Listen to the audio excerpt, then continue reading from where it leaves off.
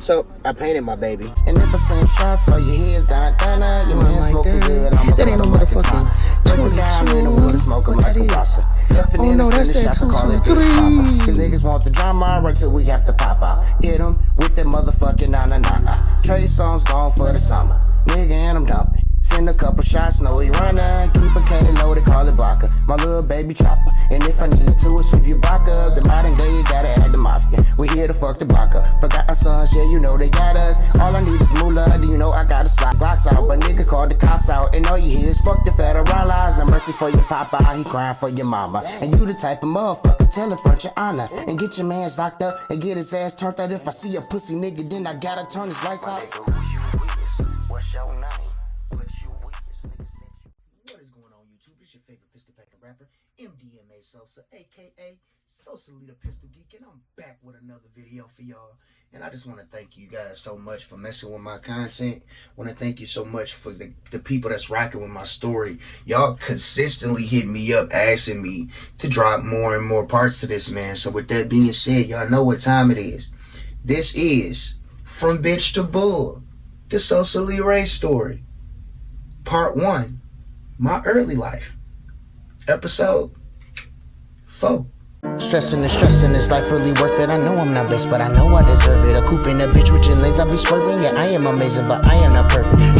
Stressing is life really worth it? I know I'm not best, but I know I deserve it. A coupe in a bitch with your lanes, I be swerving. Yeah, I am amazing, but I am not perfect. See, I am not perfect, just know that I'm worth it. Just cut me the check, cause I'm honestly working. Been trapping and stacking hell, yeah, I've been serving my packs and my blood, the money. Before I start the video, this video will include drug references, gang references, a lot of profanity, and certain things that people will not deem earworthy. So if you are one of those people, I suggest that you do not watch this with any children or any people with sensitive ears around.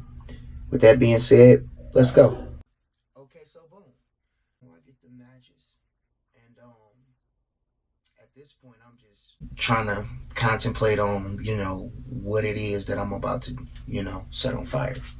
My great-grandmother was upstairs. Well, she was in the other room. She was asleep. I don't think I mentioned it in the last story, but my great-grandmother's house is a 2-family flat. So downstairs, my aunt and uncle live, and upstairs, my grandmother and, my cousin when he would be out of jail, and my uncle, just randoms, Aunt and uncle were drinking, of course.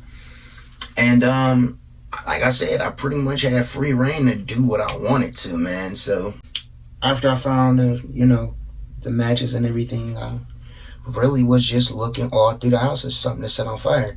Now, even being 6.5 at the time, I knew logistically that I could not set something on fire inside of my grandma's house, because they were going to know that it was me. Smart. That set something on fire, because my dad wasn't there. So I'm just like, it gotta be something close by, but it gotta be something that I can have plausible deniability. Plausible deniability. The crazy part about it is, I only knew what the word plausible deniability was or even meant because of a movie that came out when I was really, really young. It was Max Keeble's Big Move. It came out like 2001, I think, Nickelodeon type movie, but he said, Josh Peck said, you gotta have plausible deniability. Yeah, did you just make that up? Yeah, did you just make that up? But I just knew I had to have plausible deniability, about being there. It wasn't me. So with that being said, I was being mannish, and I just kept lighting matches, and they kept burning my fingers. So I just kept throwing them. Fuck out of here. I had the lighter fluid. Let's say this is the lighter fluid. This is for my lighters, but this isn't what it looked like. So I had that in my pocket. Boom. And I'm just throwing lighter. Stupid, by the way, because it could have blew up at any time. But anyway, boom, just throwing them. Boom, just throwing them. Boom, just throwing them. And I goes over to the neighbor's car. It was abandoned. It wasn't abandoned. It's like one of them cars. It was like one of them cars where, like, if you was like it broke down, maybe you had the starter messed up in it, or the tires went flat or some shit like that, and you never had the money to get it fixed, or you just didn't want to fix it, so you bought a new car. that's kind of why that car was sitting there. I'm over there by the car now, and I'm looking through it, and I'm like, ding!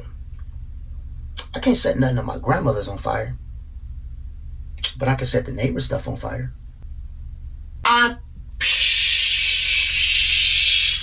All in the front seat, all in the back seat, the whole thing of lighter fluid. This makes me want to burn this motherfucker down. I was still playing with the matches, but I was having like a moment, if you will, if I do say so. It's like a moment of hesitation, I guess. I'm your conscience. I was just like, damn, I could really get in trouble for this or whatever. And I already had one lit in my hand. That's the crazy part. And as I was getting ready to throw it, I'm like, damn, I could really get in trouble for this. I don't know about this or whatever. Mind you, it was windy too that day, and hit me on my finger, and I throw it. Sets ablaze, man. And I'm not even gonna cap. Once it set on fire, and once I realized it was on fire, it ain't shit I could do at that point, motherfucker. I'm just gonna watch. Like, I watched for a good 30 to 45 seconds. I'm not even gonna cap. And I was going to let it continue to burn, and I was just gonna walk away. But I didn't know too much about accelerants and things of that nature.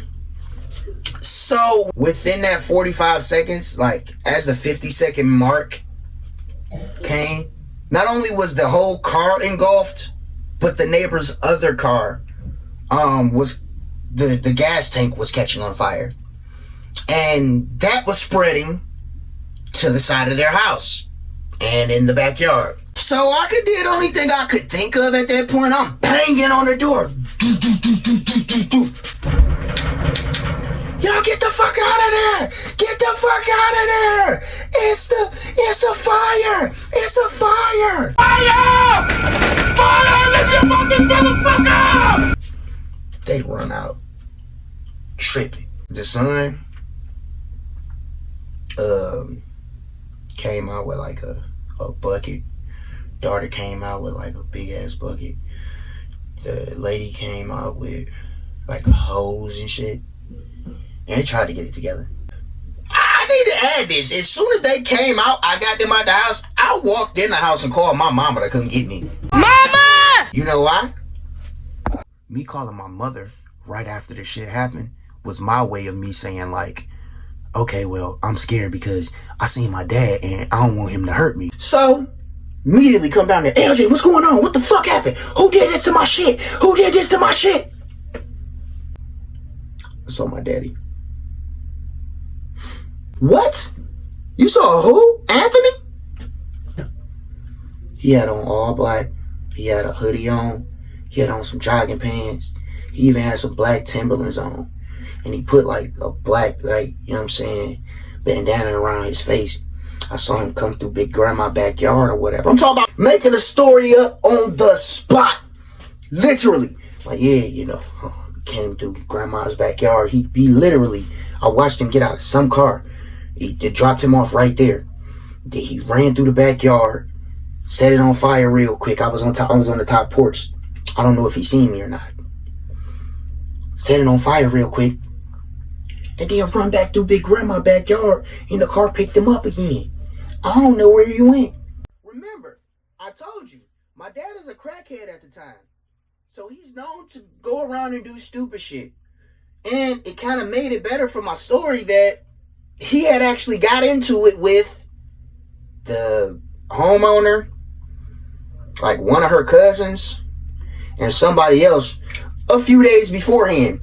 My nigga. So I hear her talking shit. She's like, I knew these motherfuckers got into it. I knew we got into it. I didn't think you would do no stupid shit like that or whatever. I'm like, that's crazy. That's crazy. So I had my mom, you know what I'm saying, at the same time, she pulling up type shit. She see what's going on. I hurry up and hop in the whip. Yeah, I'm out. I even knew then that if you don't get the fuck on, it's a high likely possibility that you about to lose your freedom. What? You about to lose your freedom. What? You about to lose your freedom. What? So, as soon as my mom got there, man, I'm out. Audi 5000 gone. We get back to the house. I tell her, I'm like, yeah, I seen it. It's crazy. You know what I'm saying? Tell her the whole story I told everybody else, right? Now, this where the bullshit come in.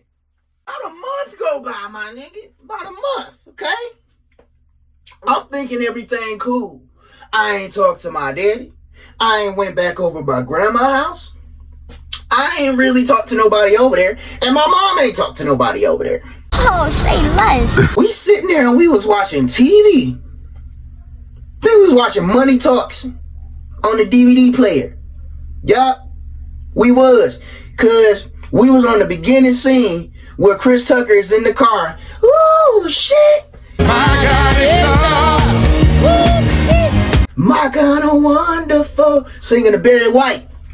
And I remember we had to pause it because you got the call. Mama, get on the phone. Hello?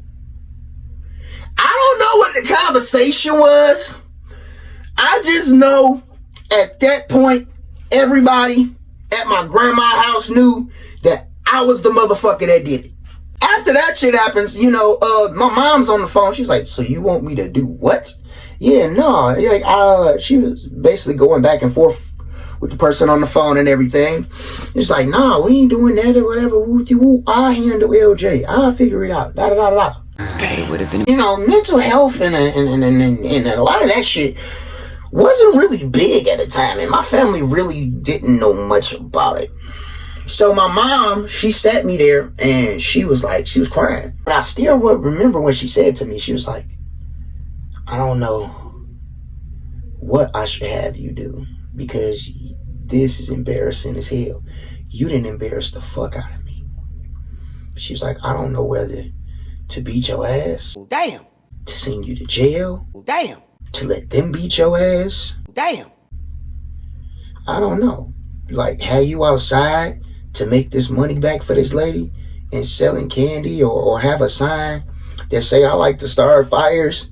This is what I'm thinking in my head. First of all, nigga's not doing none of that shit. I mean, I'm sorry about the lady stuff, but that bitch ass nigga need to go ahead and pay for my game and her shit. Period. I don't give a fuck. Fuck out of here. That's how I was feeling. Like, I'm saying, it woke, when my dad did that to me, it awoken like a beast in me, my nigga. Like, I really, like, stopped giving all fucks about other people's feelings at that point. I'm thinking, like, bro, I'm not scared to go to jail. My nigga. Period. I wasn't. I wasn't. Hell no. To the no. I made a mistake. So I was like, okay, I'll do it. Just not really caring about the whole situation. So my mom finally comes up with the idea. And the crazy part about it is, this police station actually ended up closing like a year and a half after this happened. She was like, you know what? I'm going to take you to the police. And they going to tell me what we should do. I'm like, small. Look, devious at that point. Let's go. We get down to the police station. It's the one off Gratiot and McDougal, I think. It's not there no more. I think it was like the 5th precinct or something like that. The 5th? I think it was the 5th or the 4th precinct. Something like that. But they closed it. It's been closed for the longest. But anyway, took me to that precinct. Walking in, short as hell. And mom walked me up to the desk. And the officer is a black guy. You feel me? Like a young guy. Kind of cop diesel, you feel me? And he come from behind the desk. Hey man, my man help you or whatever. And she pulled him to the side. I guess she tell him what's going on. Bro, okay, so look, this is not supposed to be funny, but here come the funniest part of this fucking story, because I know what the man was trying to do, but it didn't work. So boom, come over there with the little tactical gear on it. Come with me. And snatch me up by the hand and shit. Take me down to the basement, folks. Now I'm in the basement of the police station. And I'm just sitting here like, yo, what the fuck going on in the basement? I wasn't scared, but I was more or less like, so, thinking to myself, why is we in the basement? Like, this nigga finna try some funny shit? Like, I hope he know that I will fight out this bitch. Like, nigga, I will fight you. I don't give a fuck how big I am. Try some shit while we down here if you want to. So, he told me to get on the ground. It's like, get on the ground? No. Motherfucker grabbed a little baton. Boom! Hit me in the stomach. Boom! Oh shit! Now I'm on the ground.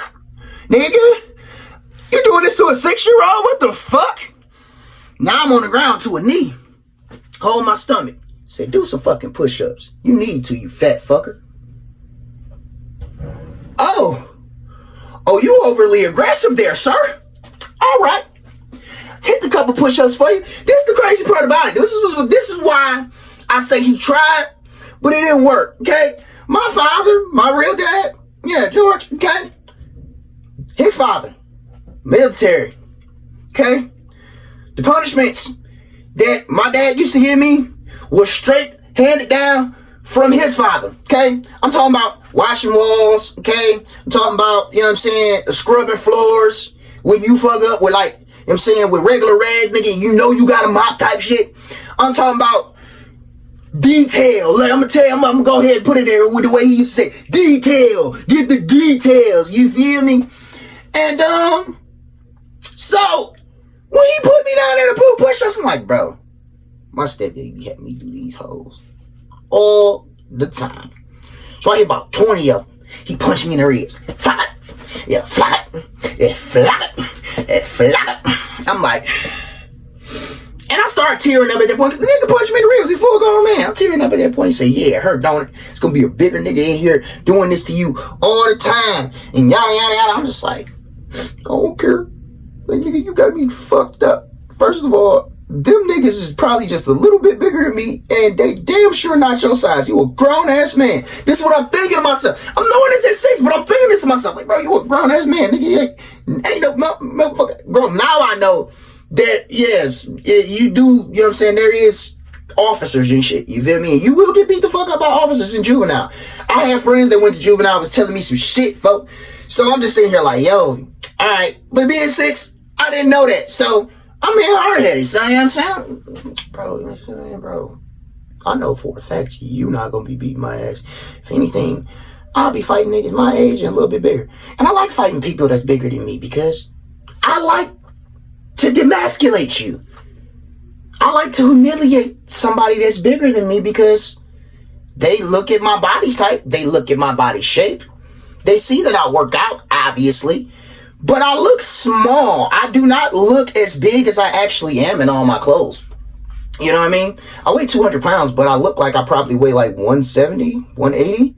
You know what I mean? When I put a shirt on, you don't really see it until I take my shirt off.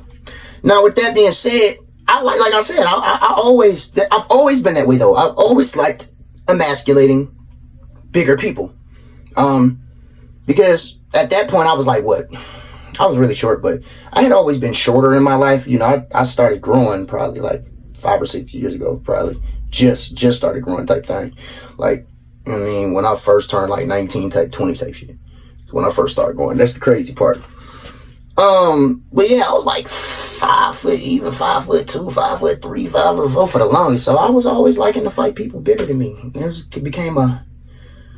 It wasn't a challenge, so it was fun. Like, I like to work you, bro. Getting off topic though. So that's what I was thinking. I'm like, bro, yeah. So he takes me from downstairs, and he put like before he told me to get up and shit. And he was like, yeah, this shit scare you or whatever. He's like, you know, he was like, is this something you want to do? I said, bro, I don't care. Can we hurry up? Like, I'm really I got tears in my eye, but I'm mad. Like, can we hurry up, bro? Like, finish what you need to do, bro. Let's go. Type shit, you know? And, he was like, all right, I got you. Put me in handcuffs. And, take me upstairs to the cells. To the holding cells. I get upstairs to the holding cells, and he locked me in the holding cell. And, locked me to a bench. And he trying to have a conversation with me, but I'm like, I done spaced out at this point. I'm like, so he's like, yeah, and such, you know you can't be doing shit like that. I'm like, bro, what's going on? Can we go?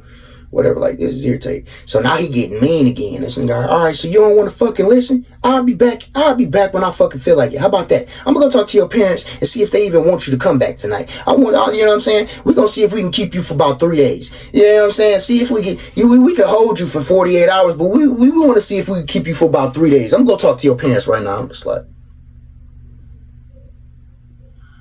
as soon as he walk off, I'm like,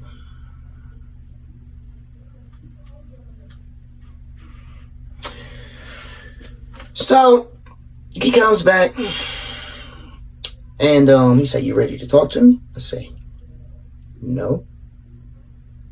So he opens the gate and whatever, take me out, take me off of the bench, take me to the processing part or whatever, lock me to another bench, go have like a 30-minute conversation with a whole nother officer and shit. And then come back over there and it's like, have you been thinking about what you've been doing? I said, bro, can I fucking go home? And I guess at that point he was just done. You feel me? So he takes me back into the front. And this is not funny. I can laugh about it now because I'm not the same person. But man, I could have been a motherfucker. So he takes me back into the front. And he pulls my mom to the side, and I clearly hear what this man say. He said, hey, listen, you may need to go get him checked out by like a psychiatrist or a head doctor or something like that. Because I have seen grown men crack under the pressure. I have made grown men crack under the pressure that I just put him under. And he just looked at me and didn't care. Something is wrong. You need to check that out. And I'm just sitting there like this in the chair the whole time. I'm really not thinking about it, yo. I'm just like, you know what I'm saying, just being a smart ass. You thought it was gonna work. Not really thinking about it. Like, hey, you do know this shit can call the police and get you locked up. Even as a kid, right? Yeah, so we leaving the police station. And my mom just would not speak to me. Like, at all. That's the crazy part. But if you want me to be 100% honest, I got my TV taken. I didn't get a whooping, but I got my TV taken, my game system. I can only watch TV. I mean, I can only like read and write papers and different shit like that for a year. So I was on punishment for a year. That's the crazy part about it. But I didn't really get in trouble. It kind of just blew over. If I'm being honest, like, I don't know who got their money. I don't know how they got their money. But we ain't give it to them. I know that much. After that situation, I realized how much damage that I had really done. Because at that point, I was banned completely from going over my grandmother's house. Banned completely from talking to my father, my aunts, my grandmother. And it wasn't like my mom told me I couldn't talk to them. They didn't want to talk to me.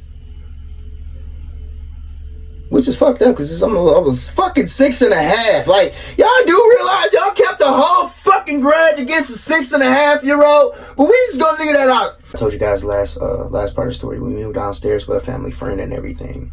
And this family friend, you know, had a 2 or 3 bedroom apartment. So we took one of the rooms and everything. And that whole year that I was on punishment for, you know, the fire that I set, the massive property damage, we were living there. And Halloween night 2003, I woke up, and I had just turned 7, by the way, at this point. I woken up to glass breaking and my mom screaming and it's saying, "Get up, LJ, come on, let's go, let's go, let's go, let's go, let's go." She says, grab my coat, throw some shoes on. The house is on fire. We gotta go. Grab your little brother. Grab up Joe. And I did exactly what my mom said. I run, bolt. I start running from the room. As I run out of the room, you see a blaze. The whole front room is covered in fire. And my mom kind of, go, go, go. I run, I take off with my little brother. We get to the fire exit. My mom walks to the front, back to the front after me and my little brother are in the car. And she's going to see what's going on. And she run back over to the car. I guess she was looking for my dad. She's like, where George at? Where George at? Where George at? I'm like, he never got in the car. He didn't get in the car. She was like, fuck. So she runs back. My dad had went back in to save his friend. If y'all like the story, man, I need y'all to go ahead and drop a like, share, sub to the channel. Turn on those post notifications. Thank you for everybody that messes with my content. If you want another part, y'all know y'all gotta drop that family first, amendment second in the comments. Y'all gotta let me know y'all want it. Got a new song dropping April 29th. It's called The Inner Me Part 2. Must say my soul is conflicted, whole life been battling demons and taking soul of convenience while I was praying on winning. But deeper down I've been thinking that myself for an enemy. Think my soul need repentance, but I was far too up and burn off and load and put triggers. Fire. Y'all gonna have to check that out. If y'all haven't yet, go ahead and open your Instagram app, Sosa Leader Pistol Geek, for all of your gun related content. And if you haven't yet, go ahead and type in Sosa Lee Ray for all of your music related content. Till next time, guys, I love you all. Family first, amendment second. Peace. And if I send shots, all your heads down, your hands smoking good. I'm that ain't no motherfucking 22.